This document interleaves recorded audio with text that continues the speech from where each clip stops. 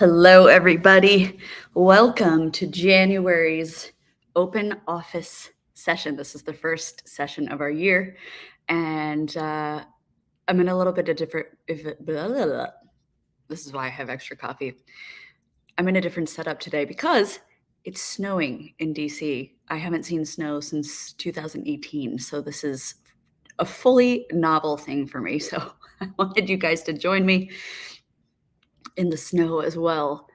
So I do apologize for the kind of weird lighting, but I thought it was a little romantic today. So in today's session, we are kicking things off with a short lesson about systems. We are talking all about systems, why systems are the thing that makes your world go round, why systems are the thing that's going to rock your business. Systems are a superpower. And I know that the word itself, system, it can sound very sterile. It can sound tedious. It can sound complicated. But in this short presentation, I'm hoping to show you guys that systems can be as simple or as complicated as you want to make them. But I'm going to share a handful of several simple systems that I institute for my business that help me make sure that my VA business is running like a well-oiled machine. So let's hop in to creating systems and why it's good for you. We're going to kick things off with some obvious answers about why systems are so powerful for your business. The first one is efficiency and productivity. Let's just imagine for a second that you don't have any sort of invoicing system set up yet. Like your finances, you're kind of piecing it together as you go. Maybe you're manually inputting your income, your expenses, and you're that's a hard word to say when you have not had enough coffee, when you're manually entering invoice details. That's the least efficient use of your time. However, if you created a system where you could automate some of your invoices, maybe through a service like Harvest, I believe even PayPal and Stripe have some sort of automated invoice systems nowadays. A service like Indie, who I talk about all the time. These kind of platforms for freelancers have automations where you can send out reoccurring invoices and it updates a lot of the details for you. They're automatically sent to emails. They send the emails out to your clients' inboxes. Clients click a button, pay. Very simple. Efficiency, productivity, systems are the thing that are going to make you way more efficient. It reduces errors. Did you know, and this is a true fun fact, that doctors who have been working in the medical field for 20 years, I'm talking about like surgeons, they have checklists. They have systems that they actually look through before every single surgery. Research has shown that when you do something enough times over and over and over again for your business, you start to get a little too confident. You feel overconfident that you're going to remember all the steps because you've been doing the thing for so long. So what they found was that surgeons who have been working for 2 decades assumed that they would remember all the steps for pre-op procedures. They assumed that they would remember to like wash their hands, check their instruments, do XYZ. What they found was that there was actually a lot of human error. Doctors were either tired or they assumed they already did something, or honestly, they just forgot a step. And so they found that by implementing checklists, simple system, the human error rate dropped drastically. And so creating systems for your own VA business will help you in reducing errors in your own business. We can go back to that invoice example. If you're somebody who's manually creating and sending invoices to clients regularly on a monthly basis, there may come a time where you get busy in your personal life, you get busy in your work life. Maybe the day you usually send an invoice falls on a holiday. I've done it myself. When I used to manually send invoices, I would forget to charge people. There was one time I forgot to send an invoice to a client for like 2 weeks. And in my mind, I was like, why hasn't she paid me yet? And it was because my dumb butt never actually sent the invoice. So it made me realize that even though this is something I've been doing for a decade, I needed to have a better system in my life to reduce errors and make myself more productive. Systems are also the thing that are going to help you scale your business and grow. So whether you're new to the business or you've been a VA for a while or a year, systems that work, systems that help you free up your time so that you can do more client work, have more of a personal life. These are the things that are going to help you grow. I'll give you another example. There may come a time in your business where you have so many clients that you realize you can't take on any more work. Maybe you've maximized all your hours. Maybe there's just no room for additional clients in your business.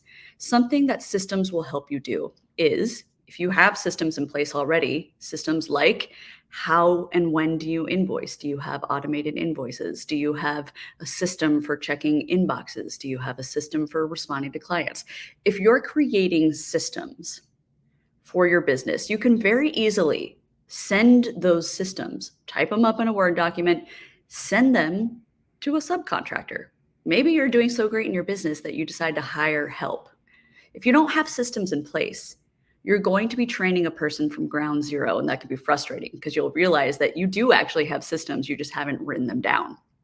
Trying to teach somebody how you like to run your business, your workflow, etc., can be really tedious if you don't have anything concrete to share with this person. So it's more of an extreme example if you ever get to the point where you have any interest in hiring somebody, but systems can help you grow. Automations can also help you grow your business, because I'll just use this simplified invoice example again.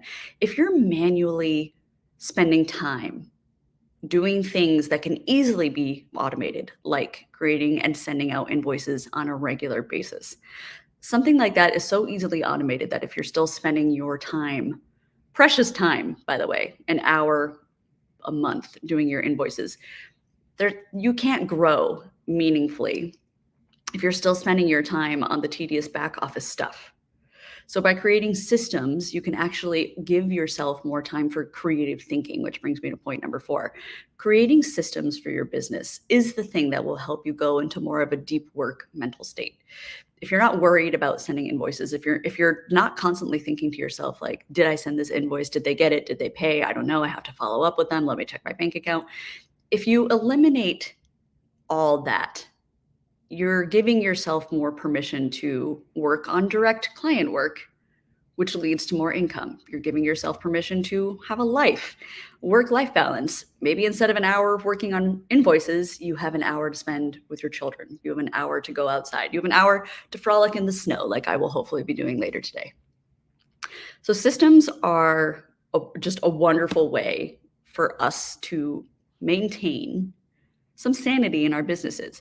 And I'm going to share with you a few systems that I've created for my own business that are very simple. The reason I wanted to share these simple systems with you, and I do apologize in advance for saying systems about 4 million times, but the reason I wanted to share these with you is because when we hear the word systems, we tend to think it's something big, it's complicated, it's clunky, it's scary. Systems really, they can even mean rituals, strategies, behaviors that you do kind of automatically. So some of the ones that I've created for my own business, I start every morning with a mindset system. It's as simple as me getting up. The very first thing I do before I check emails, before I hop on TikTok, before I get my coffee, is I put on a 10 to 15 minute meditation video. I find these on YouTube. They're free. I don't pay for any of these services. But I find that if I don't start with a mindset shift in the morning, I find that I'm more agitated throughout the day. I'm more angsty. I'm more stressed. I feel a lot more anxiety and physical chest pain in my chest if I don't start with these, because the second I wake up, my mind is already wondering who emailed me overnight, how many emails have come in from my clients. I need to be checking their inboxes. I need to do XYZ for them. Somebody once said to me, if you're waking up and you're checking your inbox right away, you're not giving yourself time or permission to wake up. You're basically living on someone else's time schedule. And that really struck with me. So it's why I implemented this mindset system in the first place. And by implementing a very simple system, and I call it a system because I do it every day, it has since become automatic. I wake up, I find a video, I pop it on, I listen to a couple breathing exercises. It helps me feel more centered, more awake, and then I'm ready to start my workday. Simple system that's been hugely beneficial. The next system I have is a pitching system. Um, this system is very simple. It's in the form of a spreadsheet that I made. But I have found that without a pitching system, it can be very hard to have measurable data for you to actually make informed decisions about your business. So let's pretend that you are actively seeking, talking to, networking with, and or pitching clients in January of 2024, and you have no system in place to track that. Without a system to help you track who you've talked to, how many people are you networking within a month? If you don't have a system in place, at the end of January, you either will not remember all the efforts you made, or you'll be like, I feel like I talked to like 20 people. But if you had a system, you might actually look at your data and be like, wow, I feel like I talked to 20 people, but I actually only purposely talked to one potential client. I just find that without systems, there's a huge mismatch in the things that we intend to do, in the things that we end up doing for our business, and what we think we're doing mentally. To give you a more simplified example, I used to think that I went to the gym 5 days a week. You should be laughing at me because I genuinely believed that. I was like, I go to the gym all the time. Then I started tracking in little bubble pen and paper how often I went to the gym, and it was literally one time a week. Not kidding. That is how delusional I was. And I find that the same thing applies to our businesses. Without a client pitch tracker, I will very often feel like I'm constantly networking, or it could be, for you, for your business, it could be insert any term. It could be like you're constantly working, you're constantly networking, you're constantly marketing. But if we're not measuring these things with some sort of system, you might not actually be making the efforts in your business that you think you are. It's pretty shocking. So I created a pitch tracker, very simple spreadsheet that basically just has their name, their position, where I connected with them, whether that's LinkedIn, through my website, in person, etc. And then I have additional notes, like in the form of little bubbles, little check marks, where I'm literally ask myself questions like, did I talk to them about my business? If I did, they get a check mark. Did I follow up with them?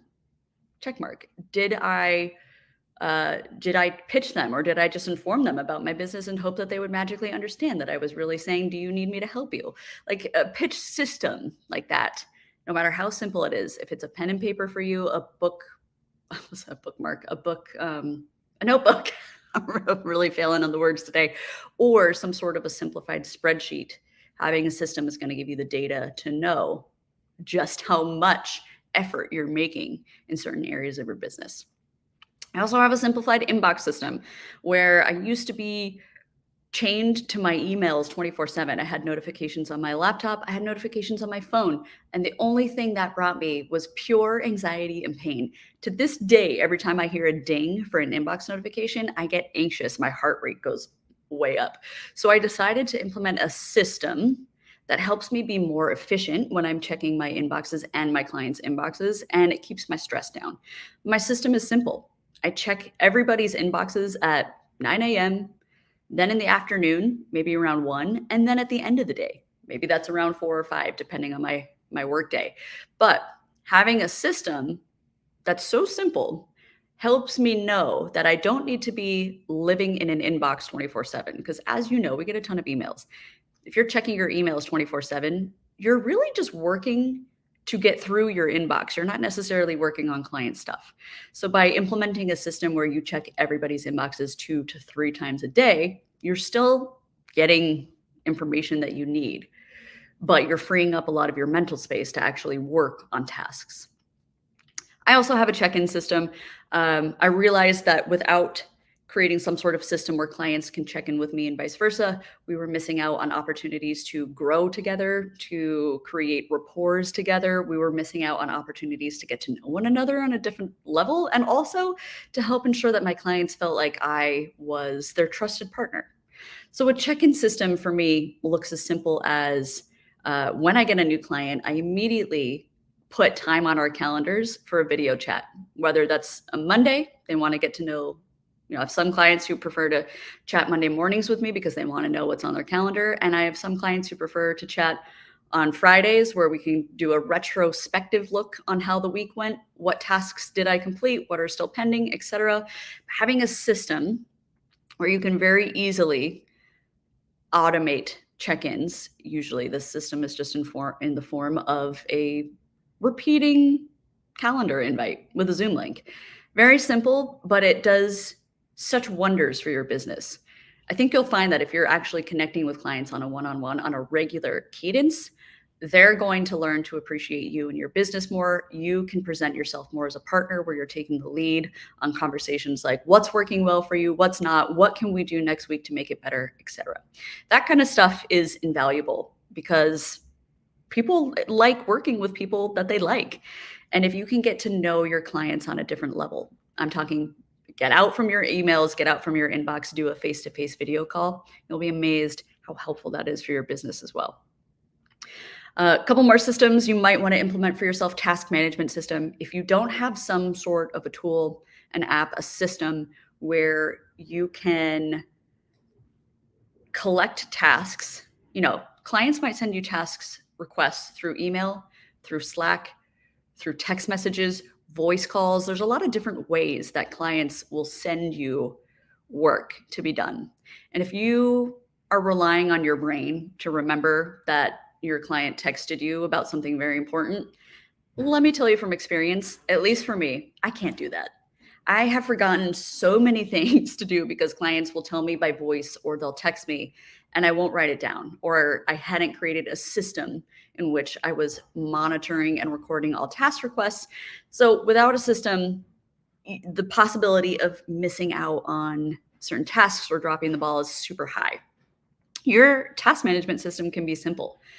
There are tools out there like Asana or Trello where you can simply set up your own system into a Kanban style, which is just a 3-parter where you have 3 lists: to do, working on, and done. It can be as simple as that. Every time a task comes in, whatever the medium is, you put that on your to-do list. And when you are done with that, you physically drag it into the pending if you're working on it, or the done if you've completed it.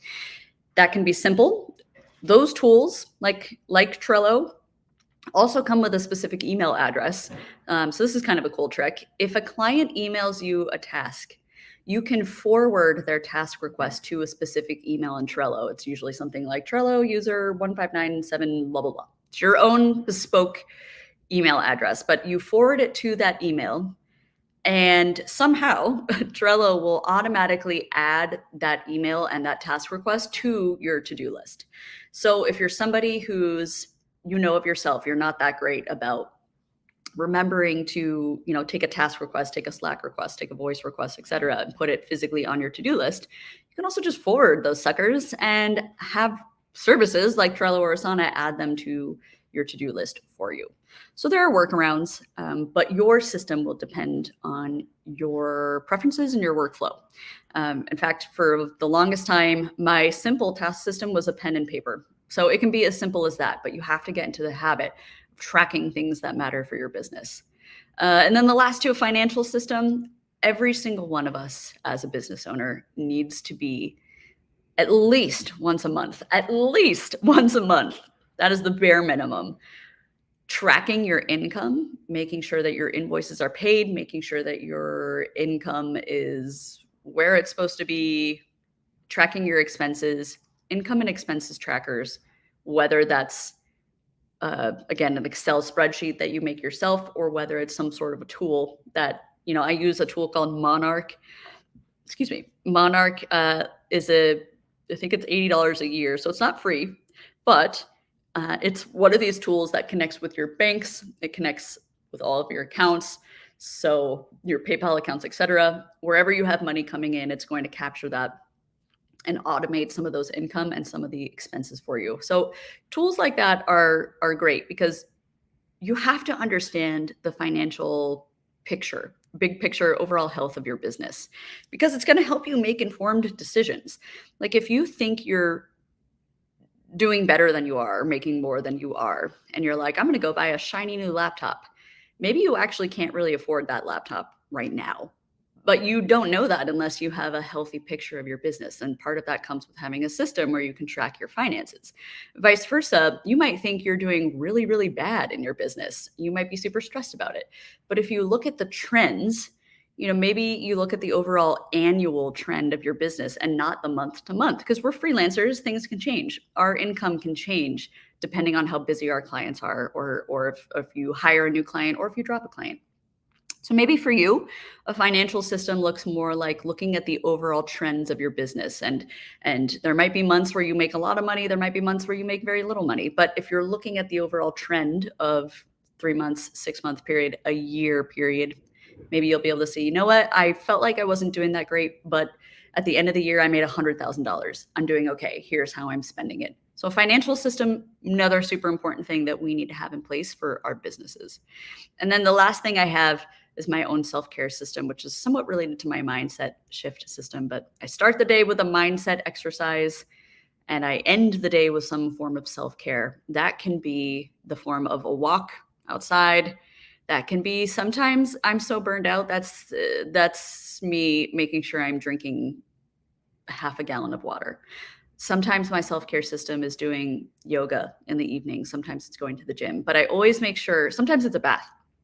I always make sure at the end of my day, I have some sort of system in place that physically allows me to disconnect from my work, because we work from home. I know how hard it can be when you work from home and you're in your home space. And partly it's hard to shut that part of your brain off when you work and you live in the same place. So a self-care system for me is just a way to create a clear delineation where I can tell my mind and my body, we're done working, the laptop is closed. Let's start winding down. Let's start focusing on ourselves, dinner, meal, show, gym, whatever. So these are my systems that I have in place for my business that allow me to automate what I can. They allow me to be more efficient in the use of my time. They help me be more productive. They help me think more deeply in these deep work pockets, because I'm not constantly living in inboxes or chasing invoices. So that is to say, creating systems for yourself, no matter how simple. And I hope that this video has really proven to you how simple a system can be, but they are one of the best things you can do for your business. And I wanted to talk about this in January so that you could start thinking about this early in 2024 and start thinking about what kind of systems would benefit you the most in your business. What kind of systems would benefit you the most in your personal life? And start playing around with those early in the year.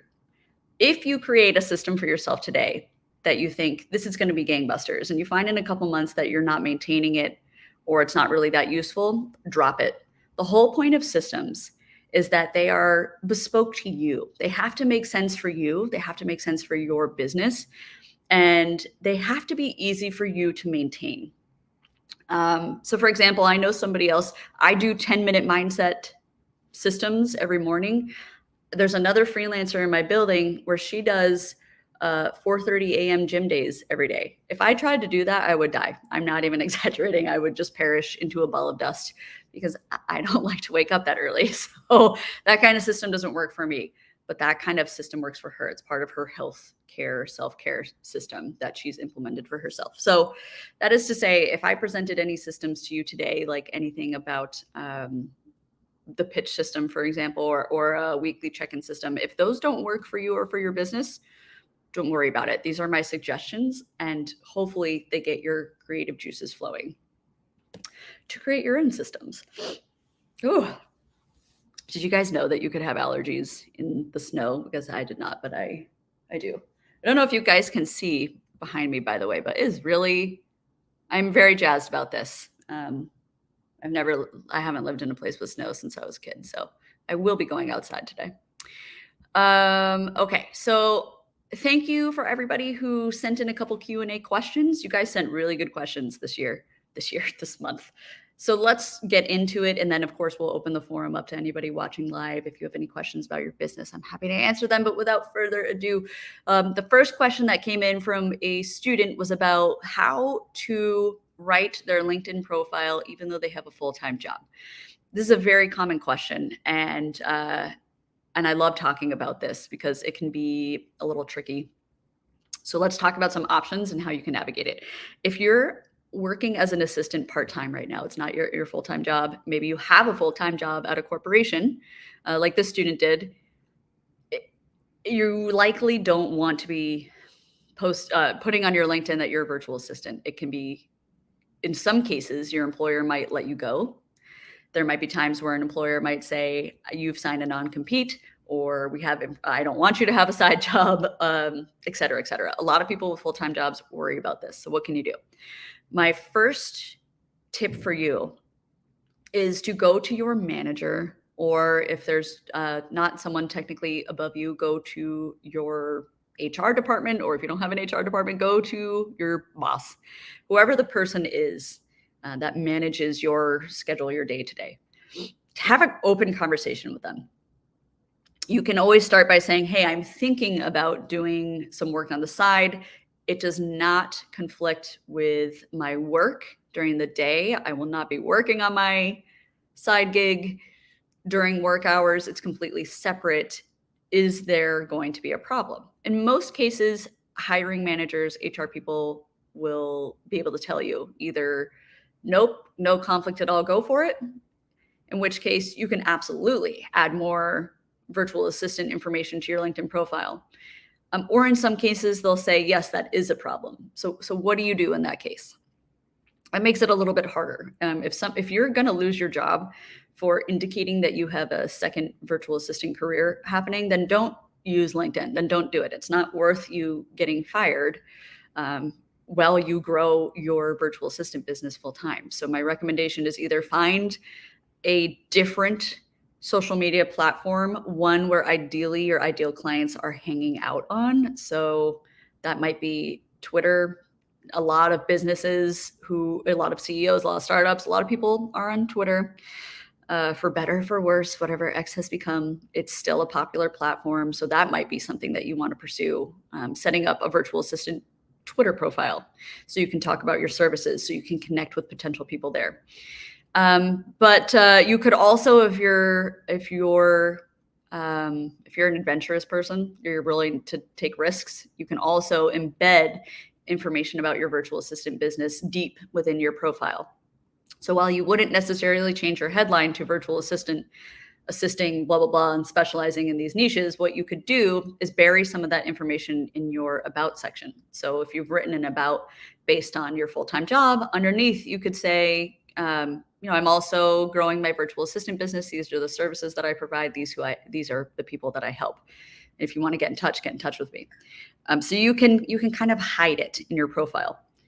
As I said, that's very risky, because if your company is telling you they're going to fire you for having some sort of secondary job, you could take that risk. I wouldn't. That is to say, LinkedIn, even though it can be an incredible resource for your VA business, if it comes at the risk of losing your job, don't sweat it. Don't engage in the platform until you're ready to make the change, either from part-time to full-time virtual assistant. So thank you for this question. That will really depend on your company, your HR team, your manager. For the most part, and I've talked to quite a few part-time VAs who do this, for the most part, if there's no conflict in work, if you're working on something entirely different than your full-time job, most employees have no problem if you are doing something after hours that doesn't conflict with your regular job or your regular work schedule. So just have a conversation and let me know how that goes. So thank you for sending that question in. The second question I had was a really great one. It came in last week. It was one of the students who was watching a video about continuous learning. She sent me a message and she said, I'm really surprised that you're still learning things because you've been doing this for 10 years. And it made me realize that even though I talk about continuous learning quite a bit, I probably didn't make the connection enough that continuous learning, no matter how far you are in your entrepreneurial journey, it never stops. I have two examples for you guys for continuous learning. One, continuous learning is the thing that's going to keep your business at the forefront of skills and services that are in demand and people are willing to pay for it, because that changes over time for sure. 10 years ago, in 2012, 12 years ago, when I started this business, one of the services that I offered was transcription services, because back then clients were all about sending videos, podcasts, etc., and they wanted me to transcribe them. Interviews. I had one client who would send me hours of interviews for some focus group that he did. He needed me to transcribe it. Those services are something that I would never offer now. I eventually phased them out of my business because over time, other companies like Otter is an auto transcription service. It's faster than I am. It might take me a couple hours to transcribe a large file. Otter takes 15 minutes.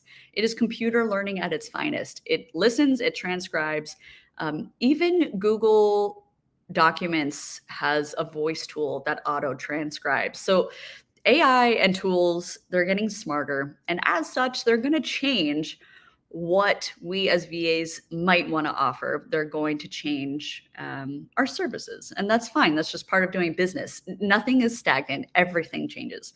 So, to that point, continuous learning is an important part of running your VA business because it's pretty imperative that you at least once a month, if you want to give yourself a system where you even put a reminder in your calendar at the top of each month to go onto YouTube and to Google in-demand niches, Google in-demand services, Google what are clients hiring virtual assistant for these days, Google things like virtual assistant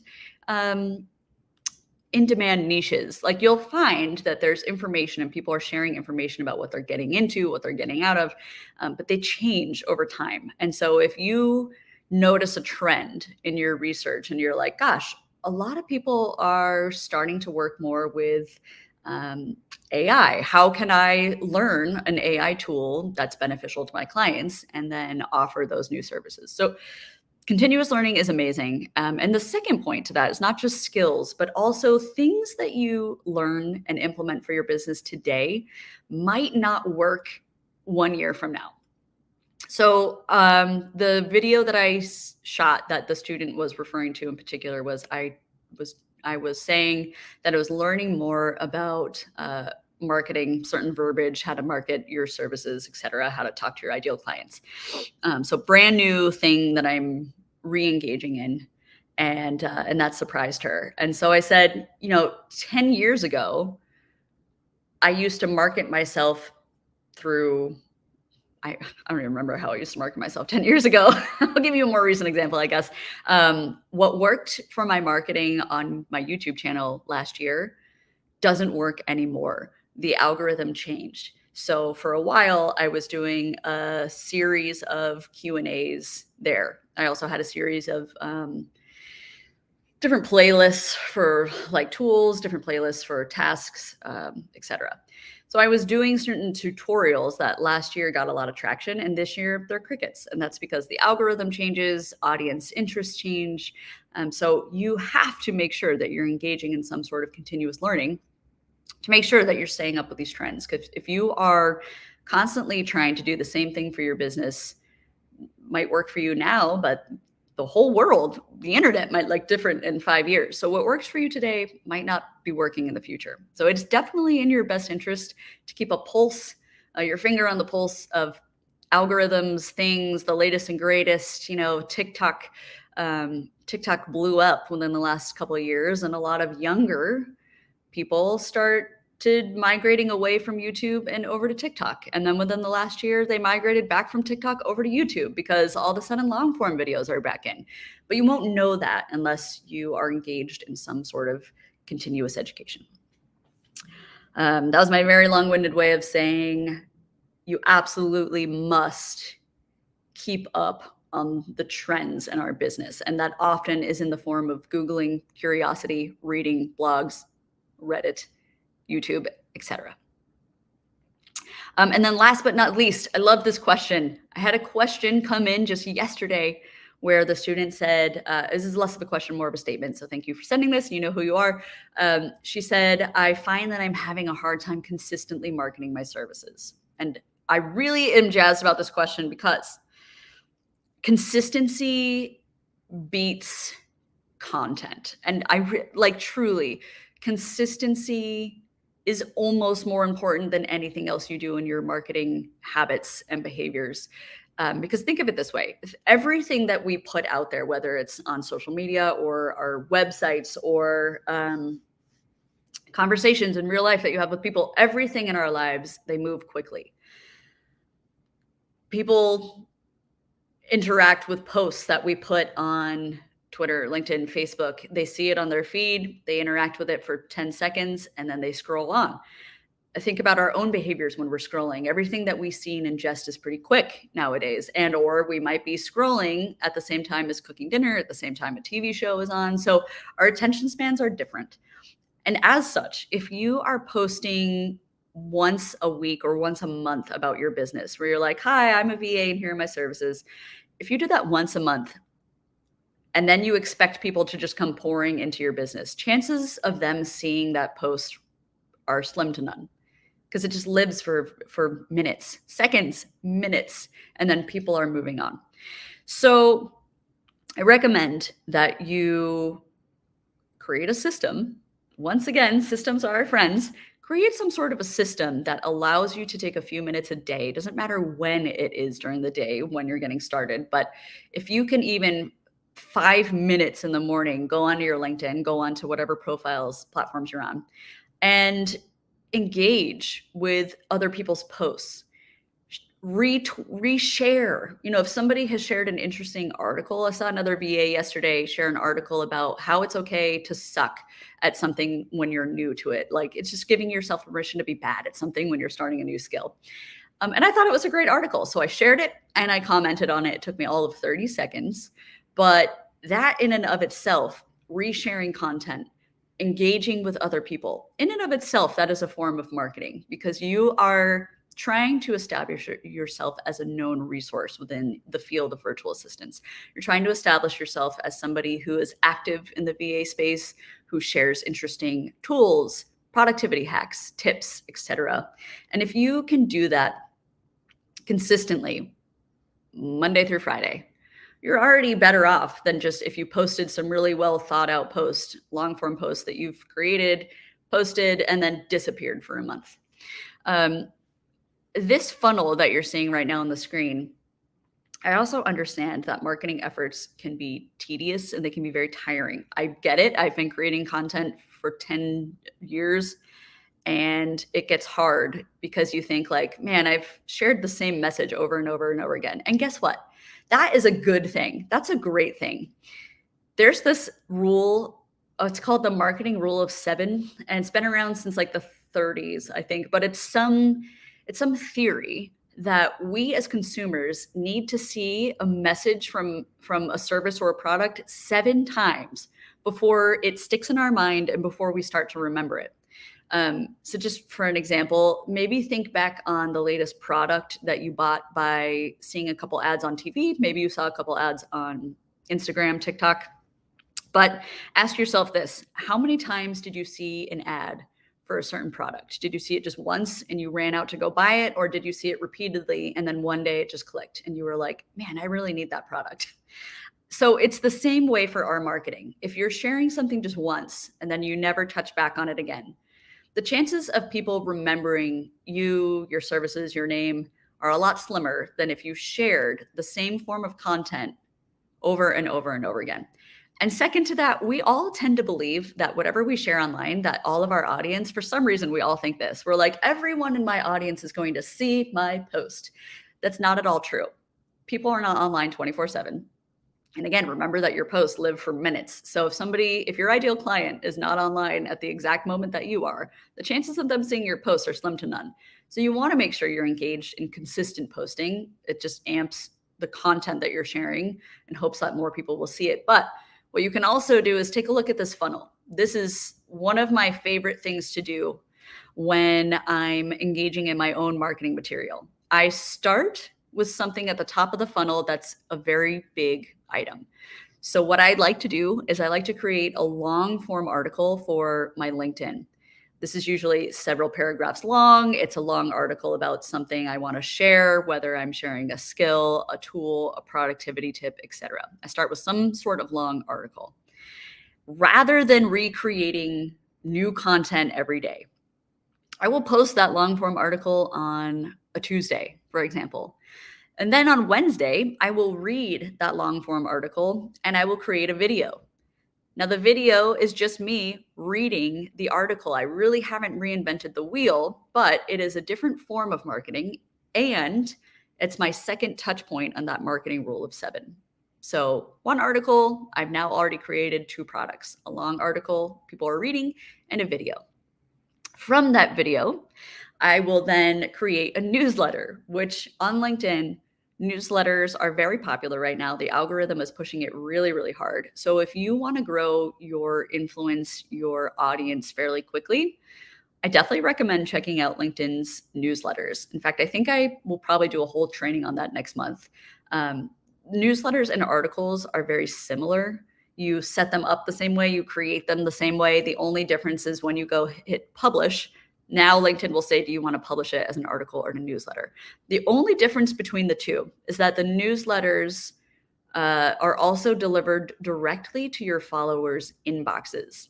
I like a newsletter because even though it's basically the same as an article, if you post an article on LinkedIn, the only way people are going to discover that is if your connections through LinkedIn are finding it on their home feed.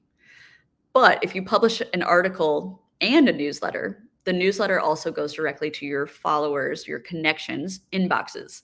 This is another way to help make sure that your content is getting in front of more eyeballs in different ways. Now, again, I haven't recreated anything. I've now have a one long form article. I've turned that into a video. Maybe I've put that video back into the article as an embedded feature where I'm like, you don't want to read this? Check out this video. And then I do that whole product that I've just made. I send that out as a newsletter. So if you didn't see it on the home feed, you're now going to see it because it's going to your inbox. And then from there, I will take my 3 to 4 most interesting or influential or important points of that article. Usually my articles can be distilled in like a few main points. So I'll take those main points and I will share those short posts on my feed as just an interesting update. And it can be as simple as like, did you know that ChatGPT now does XYZ? So you're taking just a short, interesting bullet point that you've pulled from your article. And then what you can do is relink that short point. Say, if you want to know more about ChatGPT's capabilities, check out my article. And then here's your link. So essentially, you now have 4 pieces of content that all relate to each other, that all keep people in your ecosystem, that keep people aware that you have different forms of media that you're sharing. And again, you haven't really spent that much time reinventing the wheel, and you haven't spent that much time on the brain drain of creating new content. And then from there, I'll take my most interesting short points like ChatGPT does XYZ. I'll turn that into a graphic on Canva, post that graphic as a new form of content. And before you know it, you have marketed your services, your business, you've marketed something interesting, 5 times over, 6 times over, 1, 2, 3, 4, 5, 6, nope, 5. You've created a lot of different materials from just one main thought piece. And if you wanted to do it this way, you could post a long form article on Monday, your video version of the exact content on Tuesday, the newsletter Wednesday, a short post on Thursday, and then a Canva picture on Friday. That is to say that this kind of system can help you market yourself consistently without jumping to a million different topics and without creating something that's going to take a lot more thinking. So this is my way to market myself repeatedly, to stay in touch with that 7 points of marketing that says we need to constantly reach people with the same message before they really get it. So I highly recommend that if you are struggling with your own marketing, that you screenshot this or take a look at this funnel and just remind yourself it doesn't need to be overly complicated. And I suppose in a sense, I could have added this to my systems that we talked about earlier about how I have a marketing system. So when in doubt, systems are the thing that's going to make your business go around. And then the last thing I have for you guys is if you haven't checked it out, there's been a ton of course updates to the VA Business Blueprint. The entire course has been reformatted. Things are presented in new ways. There's new breakdowns. There's new phases. There are new modules. I go more heavily into a skills assessment. How can you start selling the skills that you have now? We create client avatars. Who are your ideal clients? What are their pain points? Marketing 101 is a really lovely one. Definitely check that out if you found the funnel to be helpful. Finding your UVP is probably one of my favorite additions. It is finding your unique value proposition, which is basically to say, what's your special sauce? We do a whole new module on how to talk about what makes you uniquely you and why are your services the answer to your clients' problems. So it's a very important one. And then, of course, we go through growth strategies, how to grow without burning out. We go into things like time management strategies, communication strategies, how to talk to your clients professionally in all sorts of different mediums, how to fire clients who are bad fits. And you'll notice right in the middle, I have a new feedback form towards the end of the course.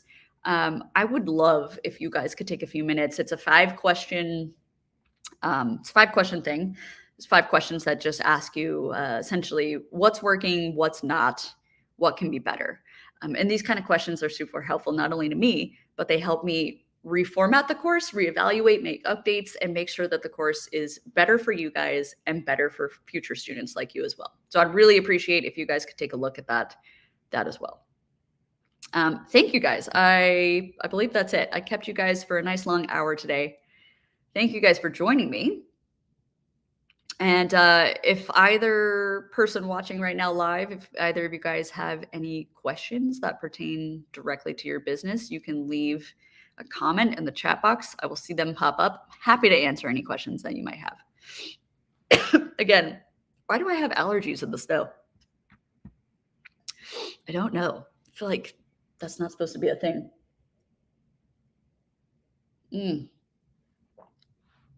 If you guys don't have any questions, by the way, which is totally fine, you can always email me anytime, support@erinbooth.com. I'll get those directly in my inbox. It is really me answering your questions. So if you guys have any questions that come up at any time about your business, anything you're stuck on, anything you can't quite figure out, something you just want to talk out, hit me up in my inbox. I'm happy to answer those for you guys. And you can also send questions prior to these monthly Q&As, and I will include them in the Q&As so that you can be sure to get a video response as well.